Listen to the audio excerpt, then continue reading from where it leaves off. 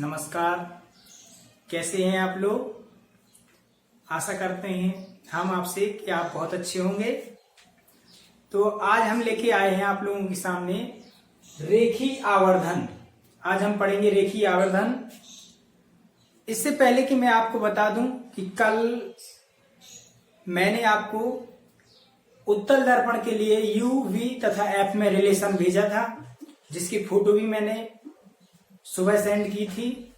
तो जैसे मैं वीडियो डालता हूं उसी के साथ उसके नोट्स, जो मैं अपने हैंड रिटन नोट्स है जो मैं स्वयं तैयार करता हूं, वह भी उस वीडियो के साथ रोज डालता हूं। और कल बताए थे कि जिसका क्रम ना मिले वो मेरे पर्सनल व्हाट्सएप नंबर पर अपनी समस्या भेज सकता है, तो मैं उसका रिप्लाई कर दिया करूंगा। तो आज हम जानेंगे इस वीडियो में कि संयुग्मी बिंदु क्या है। पहले तो संयुग्मी बिंदु के बारे में बता दें कि जब कोई वस्तु किसी दर्पण के सामने जब किसी एक बिंदु पर रखी जाती है तो उसका प्रतिबिंब दूसरे बिंदु पर, जिस बिंदु पर उसका प्रतिबिंब बनता है, एक बिंदु पर रखी वस्तु का प्रतिबिंब जब दूसरे बिंदु पर बनता है तो उन दोनों बिंदुओं को हम संयुग्मी बिंदु कहते हैं। या हम यदि फोकस की बात करें तो एक फोकस पर, जब हम अवतल दर्पण की बात करें तो एक बिंदु पर रखी वस्तु का प्रतिबिंब दूसरे बिंदु पर बनता है तो हम उसे संयुग्मी बिंदु कहेंगे। संयुग्मी बिंदु अवतल दर्पण के लिए संभव है, यह उत्तल दर्पण के लिए संभव नहीं है। तो संयुग्मी बिंदु के बाद यदि हम जानेंगे तो जानेंगे रेखी आवर्धन क्या है। तो रेखी आवर्धन बताएं कि रेखीय आवर्धन जब किसी दर्पण में वस्तु की लंबाई और प्रतिबिंब की लंबाई दी हो, तब प्रतिबिंब की लंबाई तथा वस्तु की लंबाई के अनुपात को हम रेखीय आवर्धन कहेंगे। प्रतिबिंब की लंबाई, मान लीजिए प्रतिबिंब की लंबाई आई, हमारे प्रतिबिंब की लंबाई कितनी है? आई डैश है, और वस्तु की लंबाई ओ डैश। तो I dash upon O dash को हम कहेंगे रेखीय आवर्धन। तो सबसे पहले हम इसके व्यंजक को प्रूफ करने के लिए देखें, हम परावर्तन का नियम बता चुके थे कि जब कोई प्रकाश की किरण किसी एक माध्यम से चलकर दूसरे माध्यम के तल से टकराती है तो प्रकाश का अधिकांश भाग पहले माध्यम में लौट जाता है। प्रकाश की इस घटना को प्रकाश का परावर्तन कहते हैं। प्रकाश के परावर्तन में हम पढ़ चुके हैं कि कोण I बराबर कोण R। तो देखिएगा पहले चित्र में कि सबसे पहले एक किरण जो हमारी O डैश से P पर ध्रुव पर जा रही है, तो अभिलंब यह है, तो अब इस किरण का जो I कोण यहां बनेगा वो R कोण के बराबर होगा।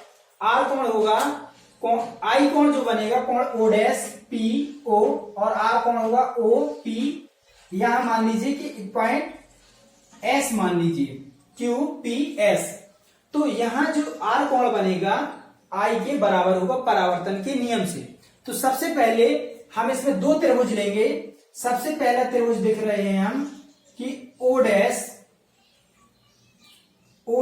O और P, वह त्रिभुज I से स्टार्ट करेंगे, I, या यहां से देखेंगे I डैश P और I में, इन दो त्रिभुजों में देखेंगे कौन कौन से त्रिभुज? O dash P, I dash P I, जो डॉट डॉट लाइन के साथ है। तो सबसे पहले हम देख रहे हैं कि कोण O डैश O P बराबर 90 angle, O dash P O बराबर 90 अंश, और I डैश कोण I डैश I P बराबर 90 एंगल, मतलब हम कह सकते हैं समकोण। दोनों कैसे हैं? समकोण हैं। वस्तु जब किसी मुख्य अक्ष पर लंबवत रखी जाती है तो उनकी कोण आपस में 90 एंगल होंगे। आगे देखेंगे कि कोण O डैश P और I, या O तक ले लेंगे, कोण O डैश P O बराबर कोण I डैश पी आई बराबर है परावर्तन के नियम से, परावर्तन के नियम से। जब दो कोण परावर्तन के नियम, जब दो कोण हमारे त्रिभुज के बराबर हो चुके, कोण आई कोण आर के बराबर, कोण ये वाला इसके 90 एंगल है, तब हम कह सकते हैं कि दोनों त्रिभुज परस्पर कैसे हैं, समरूप हैं। तब त्रिभुज ओ डैश पी ओ समरूप हैं त्रिभुज आई डैश पी आई के साथ। समरूप त्रिभुज हैं तो हम समरूप त्रिभुज में देखेंगे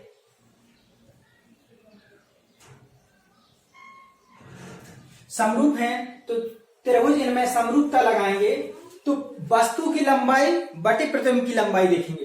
तो यहां देखिए त्रिभुज में भुजाएं लेंगे तो यहां आई डैश पॉइंट है, तो यहां देखेंगे कि आई छोटे त्रिभुज में ले लेंगे, जैसे आई डैश बटे लंबवत लाइन इस वाले त्रिभुज की ओ डैश बराबर समरूप त्रिभुज का नियम लगाएंगे। इसके बाद अब हम देखेंगे ओपी। अगर आई डैश हमने छोटे त्रिभुज के लिए तो इसकी दूरी लेंगे ध्रुव से, इस वाली आधार आई पी बटे ध्रुव से वस्तु के पूरे त्रिभुज के लिए दूरी हो जाएगी ओपी। तब हम जानेंगे कि आई डैश कहलाएगी हमारी, आई डैश कहलाएगी प्रतिबिंब की लंबाई। तो मान लीजिए कि प्रतिबिंब की लंबाई, चूंकि हम जानते हैं कि आई डैश प्रतिबिंब की लंबाई नीचे हुई, और जब हम मुख्य अक्ष में पहले चिन्ह परपाटी में पढ़ चुके हैं कि यदि कोई दर्पण इस टाइप से चिन्ह परपाटी में रखा जाए तो जो दूरियां नीचे लेंगे वो ऋणात्मक, जो ऊपर लेंगे धनात्मक, जो दाएं तरफ वो धनात्मक, जो ऋणात्मक। तो प्रतिबिंब की लंबाई आई डैश का मान यदि हम y2 मान लें और वस्तु की लंबाई को, यदि हम वस्तु की लंबाई ओ डैश को y1 माने और आई डैश प्रतिबिंब की लंबाई को y2 माने तो y1 धनात्मक हो जाएगा और आई2 ऋणात्मक हो, प्रतिबिंब की लंबाई ऋणात्मक हो जाएगी और वस्तु की लंबाई धनात्मक हो जाएगी। तो आई डैश नीचे है, प्रतिबिंब हमारा प्रतिबिंब नीचे है, तब हम कहेंगे y2 लेकिन ऋणात्मक। वस्तु की लंबाई ओ डैश बराबर y1 जो धनात्मक होगी। अब इसके बाद हम देखेंगे आईपी का मतलब है कि इमेज की ध्रुव से दूरी। अगर इमेज की ध्रुव से दूरी अगर देखेंगे प्रतिबिंब की तो आईपी बराबर हो जाएगा v, लेकिन v कैसा आएगा, ऋणात्मक आएगा, क्योंकि दर्पण के इस तरफ है। अब यदि हम ओपी की बात करें तो ओपी हमारे पास जो है वो है वस्तु से ध्रुव की दूरी। वस्तु से ध्रुव की दूरी हो जाएगी हमारी u, माइनस के u रख देंगे यहां वैल्यू तो हो जाएगा माइनस का y2 अपॉन y1 बराबर माइनस का v अपॉन माइनस का u। माइनस से माइनस कैंसिल तो हो जाएगा y2 अपॉन y1 बराबर v अपॉन u। तो हम कह सकते हैं कि y2 अपॉन y1 बराबर माइनस के v अपॉन u, इसे हम कह सकते हैं m, जो हो जाएगा रेखीय आवर्धन। तो m बराबर माइनस के m बराबर y2 अपॉन y1 बराबर माइनस के v अपॉन u, ये है हमारे प्रतिबिंब का रेखीय आवर्धन। तो सबसे पहले हम जान चुके हैं कि रेखीय आवर्धन की अगर डेफिनेशन पुनः आपको बताएं तो यदि किसी दर्पण में प्रतिबिंब की लंबाई तथा वस्तु की वास्तविक लंबाई के अनुपात को हम रेखीय आवर्धन कहते हैं। तो हम रेखीय आवर्धन पढ़ चुके हैं। अब हम पढ़ेंगे अवतल दर्पण के उपयोग और उत्तल दर्पण के उपयोग। तो सबसे पहले हम अवतल दर्पण के उपयोग में बताएं। अवतल दर्पण के उपयोग, तो क्या उपयोग है अवतल दर्पण के? तो अवतल दर्पण का सबसे ज्यादा उपयोग नाक, कान, गले, दांत, इनके जो डॉक्टर होते हैं वहां इसका उपयोग किया जाता है। बड़ी फोकस दूरी के अवतल दर्पण का उपयोग दाढ़ी बनाने के लिए काम आता है और अवतल दर्पण का उपयोग सूक्ष्म पुर्जों को देखने के लिए भी होता है। तो इस टाइप से अवतल दर्पण के जो उपयोग हैं, सोलर कोकल में भी अवतल दर्पण का उपयोग होता है। और उत्तल दर्पण का यदि हम उपयोग की बात करें, यदि हम उत्तल दर्पण की बात करें तो उत्तल दर्पण के लिए उत्तल दर्पण का उपयोग हम जैसे हमने देखा होगा कि गाड़ी वगैरह में आगे साइड शीशा लगा होता है, इस टाइप से बगल पर ड्राइवर की साइड में एक शीशा लगा होता है। उत्तल दर्पण का उपयोग वहां होता है क्योंकि वहां जब अपन देखते हैं कि उभरा हुआ भाग हमें दिखता है जिससे परावर्तन होता है। तो मोटर गाड़ियों की ड्राइवर के बगल में जो साइड शीशा लगा होता है वहां उत्तल दर्पण का उपयोग होता है। तो यहाँ मुख्य बातें हमने बताई हैं उत्तल दर्पण की।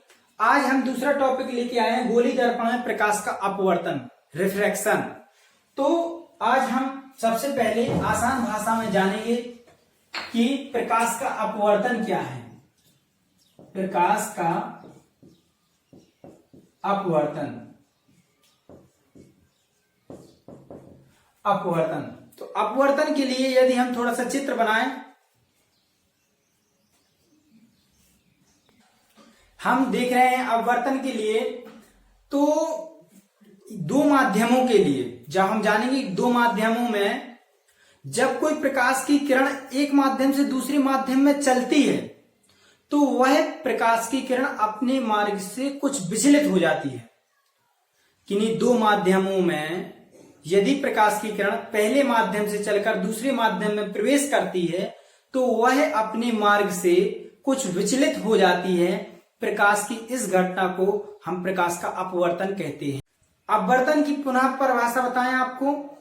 जब कोई प्रकाश की किरण एक माध्यम से चलकर दूसरे माध्यम में प्रवेश करती है तो वह अपने मार्ग से कुछ विचलित हो जाती है। इस घटना को प्रकाश का अपवर्तन कहते हैं। तो सबसे पहले जानेंगे, जैसे मान लीजिए कि N1 एक विरल माध्यम है जहां वायु है, तो जब कोई प्रकाश की किरण N1 से सघन माध्यम से कांच में प्रवेश करती है तो अवलंब की ओर, अवलंब यहां डाला तो अवलंब की ओर जो कोण I है आपतन कोण, और R जो यहां बनेगा वो है अपवर्तन कोण।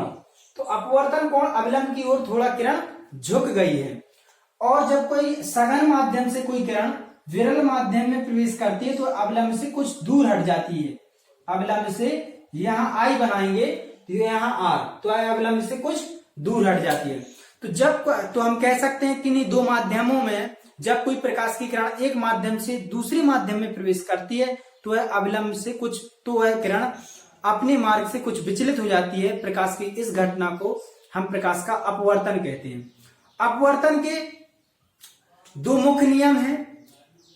पहला नियम यदि हम कहें कि आपतित किरण जो आ रही है किरण उसे आपतित किरण कहते हैं। आपतित किरण तथा अपवर्तित किरण जो प्रवेश कर गई है दूसरे माध्यम में, अपवर्तित किरण तथा आपतन बिंदु पर खींचा गया अविलंब तीनों एक ही तल पर होते हैं।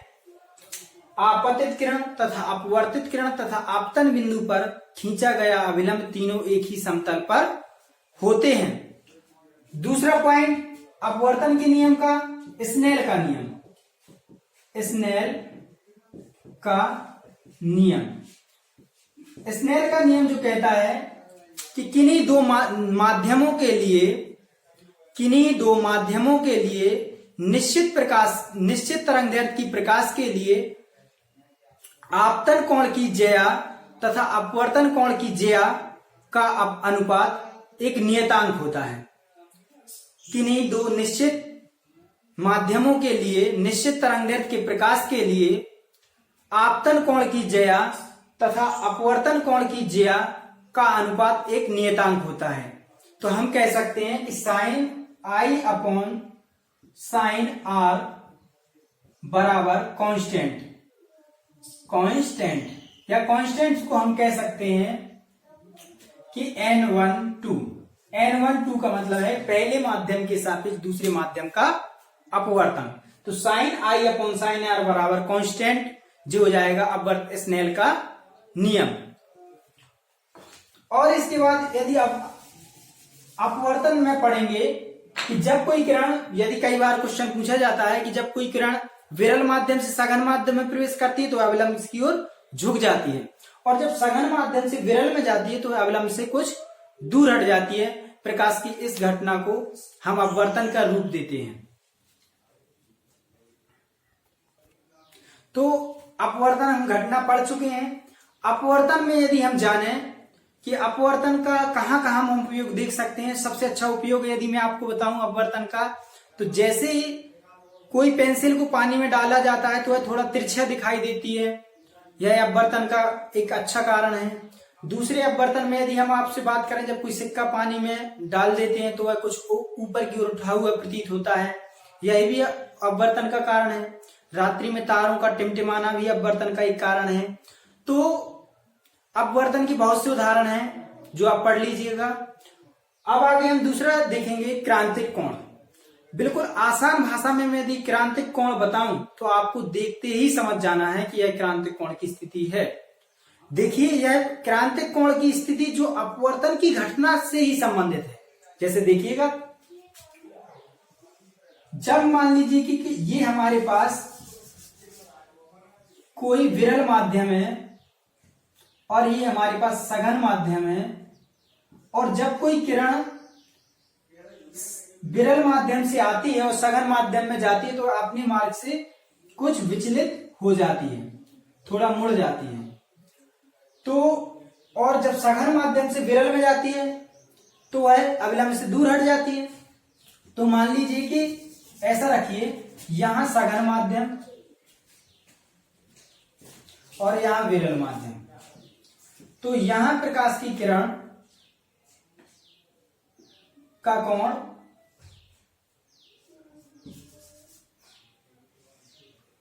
ये I है और ये R है।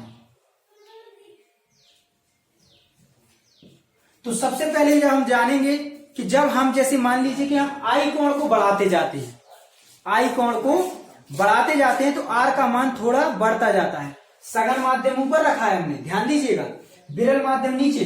तो जब सघन से विरल में आएगी तो अविलंब से दूर हट जाएगी।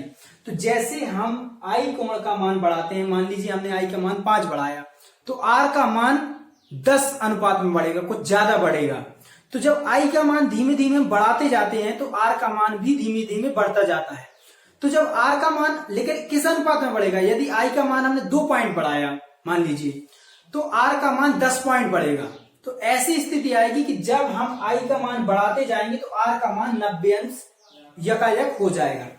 तो जब स्थिति में जब हम I का मान लीजिए कि हम ये हमारे पास अविलंब है और ये हमारी जो आपतित किरण है, यहाँ I बढ़ रहा है, तो R का मान धीमे धीमे I बढ़ाने पर R का मान बढ़ता जाता है। तो ऐसी स्थिति में, एक स्थिति में I हम इतनी बढ़ा चुके होंगे कि R का मान 90 एंगल हो जाएगा। बढ़ते बढ़ते R थोड़ा और बढ़ेगा, फिर और बढ़ेगा, फिर और बढ़ेगा। एक स्थिति में R का मान दोनों तलों को छूने वाली लाइन से होकर निकल जाएगा, तो R बराबर 90 एंगल। तो ऐसी स्थिति में I को हम ही C कहेंगे। ऐसी स्थिति में I को हम क्या कह देंगे, C कह देंगे। I मतलब आपतन कोण, जिसे हम क्रांतिक कोण की कंडीशन कहेंगे, क्रांतिक कोण। आप क्रांतिक कोण की परिभाषित करें तो जैसे हम परिभाषा बोलेंगे आप समझिएगा उसे, कि जब हम आपतन कोण के मान को बढ़ाते जाते हैं तो अपवर्तन कोण का मान भी बढ़ता जाता है। लेकिन जब एक ऐसी स्थिति आती है कि I का मान एक निश्चित अनुपात में बढ़ाने पर R बराबर 90 अंश मिलता है, तब ऐसी स्थिति में I को ही हम क्रांतिक कोण कहेंगे। मतलब I मतलब आपतन कोण को। जब हम I को बढ़ाते जाते हैं तो R का मान भी बढ़ता जाता है। जब I को इस प्रकार बढ़ाते हैं कि R बराबर 90 अंश हो जाता है, जब R का मान 90 अंश हो जाता है तो ऐसी स्थिति में आपतन कोण को ही हम क्रांतिक कोण कहने लगेंगे। तो तब I को C कहेंगे। कब? जब I को C कब कहेंगे, जब R 90 अंश हो जाए। यदि R 90 अंश नहीं है तब I को C नहीं कहेंगे। तब क्रांतिक कोण कौन सी आप बताइए कि क्रांतिक कोण जब अपवर्तन कोण आर का मान कितना हो 90 अंश हो, तब आई को हम क्या कहेंगे क्रांतिक कोण कहेंगे। ठीक। जब एक पॉइंट और मैं आपको बता दूं कि जब कोई आपतित किरण होती है तो आपतित किरण और अपवर्तित किरण, जब आपतित किरण कोई एक माध्यम से आती है और दूसरे माध्यम में जब जाती है दूसरी किरण, तो उसकी आवृत्ति नहीं बदलती है। किरण की बस आवृत्ति नहीं बदलती है, जबकि उसकी तरंगदैर्घ्य बदल जाएगी, दिशा बदल जाएगी और उसकी आवृत्ति को छोड़ करके बाकी उसकी चीजें, तरंगदैर्घ्य है, आवृत्ति है, दिशा है, तो आवृत्ति को छोड़ करके बाकी तरंगदैर्घ्य बदल जाएगी, उसकी दिशा बदल जाएगी, गति बदल जाएगी। जब कोई एक किरण एक माध्यम से आएगी तो उस माध्यम में उसकी चाल अलग होगी, तरंगदैर्घ्य अलग होगी और गति अलग होगी, और जब दूसरे माध्यम में जाएगी तब उसमें भी भिन्न भिन्न बदल जाएगी, तरंगदैर्घ्य भी बदल जाएगी, गति बदल जाएगी और उसकी आवृत्ति बस सेम रहेगी। एक माध्यम में जो आवृत्ति पहले माध्यम में थी वही आवृत्ति दूसरे माध्यम में रहेगी, किरण की आवृत्ति नहीं बदलती है। तो आज यहां तक रहने देंगे, कल हम आगे टॉपिक पढ़ेंगे। तो आप लोगों को बता दें कि आप लोग तैयार करते रहिएगा, आप थोड़ा और स्पीड से चलेंगे। धन्यवाद, थैंक यू।